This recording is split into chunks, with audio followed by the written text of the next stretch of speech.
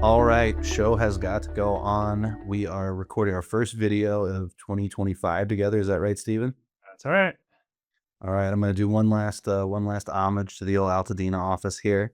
By the way, there's like a HubSpot award there. I feel like HubSpot should resend that to me.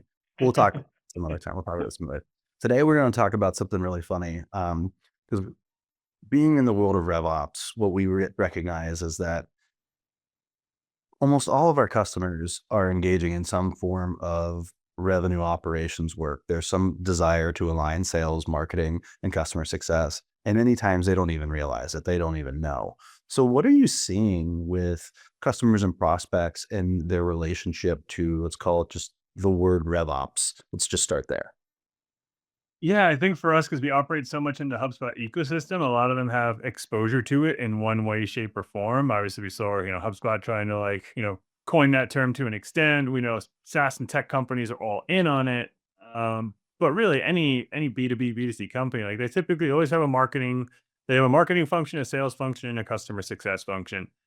Whether they all are working together right now is not always the case, but they have those functions. And we're seeing more and more businesses treat customer success as more of a revenue generating function instead of as a like, hey, it's an expense for us. Like we know we need it. It's on our balance sheet, but does it really do anything? We're seeing more and more businesses actually realize that customer success exists for a reason, and when you look at it more as like a revenue generating function of the business, then tying everything together in more of a RevOps strategy makes a lot more sense.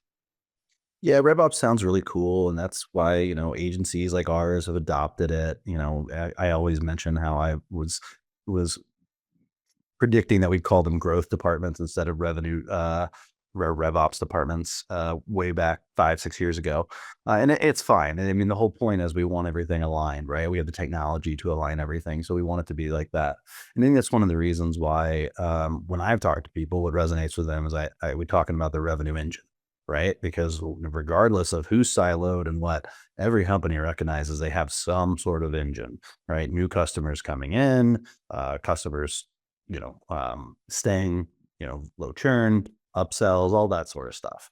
So, um, I wonder I don't think RevOps is wrong because I think it's the right path, but I think it might be more relatable to people who are like, wait, am I engaging in RevOps without even knowing I'm engaging in RevOps? To just simply ask them, tell me about your rev engine. And they might say rev engine, you go, well, your revenue engine, how does that work? Where are customers coming in? How are they staying happy? Like, tell me all about it. And I bet people could talk about that. What are your thoughts on approaching prospects through the lens of asking about their, revenue engine versus their revenue operations? Yeah, no, it's a great point. I've started to do this a little bit lately because RevOps can be a scary word to some people, and to some people and some businesses, like they have a very different mindset of traditional, say, like digital marketing versus, say, marketing operations, and there's a struggle of like combining those two and understanding the terminology. So, looking at things more from like an engine perspective, it makes a lot more sense for businesses to like, okay, like we know, we have them, even if it's a one or two person department, we've got marketing, we've got sales, we've got service, customer success, whatever you want to call it. And each of them plays a role. Doesn't matter. Sure, they might be siloed right now. They may not be all working on, have more of a comprehensive approach to the rev engine per se, but they have those functions, and it makes it a lot easier, I think, for businesses to break that down and to look at each as like, okay, what KPIs for each, and what portion of our revenue is each of those departments driving. Yeah, I mean, I think that as we continue to talk about RevOps, which sounds cool, right? It sounds like the CIA came up with that. Like, dude, we're working on a RevOps thing. We can't talk about it. But it's not necessarily as relatable. It comes a little scary. Obviously, that's why you're early adopters, tech, SaaS. Hey, it sounds cool. We're in, right? But there's great manufacturing companies that definitely have revenue operations, and they might not currently have a CRO. They might not call anything RevOps. They might not, But if I talk to them and I said, "Hey, tell me about your revenue," they at least go, "Oh, you mean like how we bring money in, how we handle money?" And then I think people also can get a little confused on like the finance side.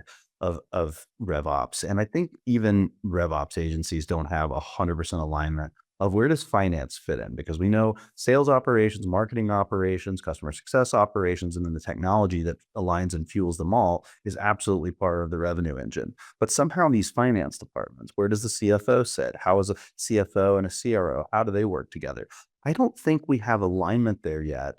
And it's not universal. And I don't know that it's necessarily a bad thing. I mean, we're still kind of in the early days of this. But where do you feel like when you talk to customers, finance comes into what we kind of envision as revenue operations or the rev engine, depending on who you talk to? Yeah, it's interesting. I don't necessarily think that finance per se fits completely in the model, but they do have to have involvement in the model because really the whole, RevOps, if you look at RevOps talent and like what's in the highest demand within the last year or two, it's data analysis, it's process optimization, technology integration, change management, and none of that happens unless finance is involved. Like they have to be part of the tech stack. They're what they're seeing on their end has to be tied into what you see in in your CRM.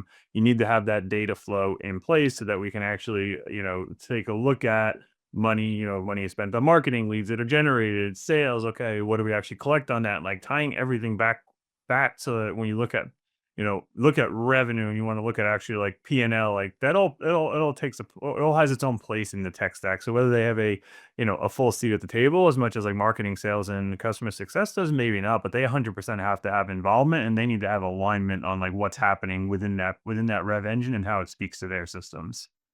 I think that's what we're going to end up seeing in maybe the next 5 to 10 years is more alignment on where finance sits, because it they're not, like, to your point, they're not outside of the mix, but currently the way we speak about it, they're not ingrained in the mix. I don't know. And it's a little early. I think all departments. I mean, right now we're trying to break down a marketing and sales silo. Now we're going to break down a marketing, sales, and finance silo. Whoa, let's walk before we run, right? But I think companies that can move a little bit more nimbly will. I do think that if you can look at, okay, and I think if RevOps does their job, then the reporting to the CFO makes it clear how they should operate, right? I mean, I think anytime you can showcase return on investment in any sort of decision that you're making across marketing, sales, and customer success, it makes things easier. And if we do our job as a RevOps agency, then we should be able to make the reporting really accurate, and you should be able to be measuring all of these departments so that it makes it really easy to bring finance in instead of like keeping them out. Would you agree? Oh yeah, 100%. And we're even seeing more of that work and more clients that are interested in that type of work of tying QuickBooks into their HubSpot or Salesforce instance, tying Sage or NetSuite or other ERPs that they're using that have a financial component and getting all of that tied together. Because even if finance isn't per se have a seat at that table right now, it isn't like as focused on the CRM side. Every CFO is interested, for the most part, getting their CRM and their ERP or their accounting software speaking together, because it closes that data loop and it gives the CFO all the information they need from a financial perspective to really make better decisions for the company.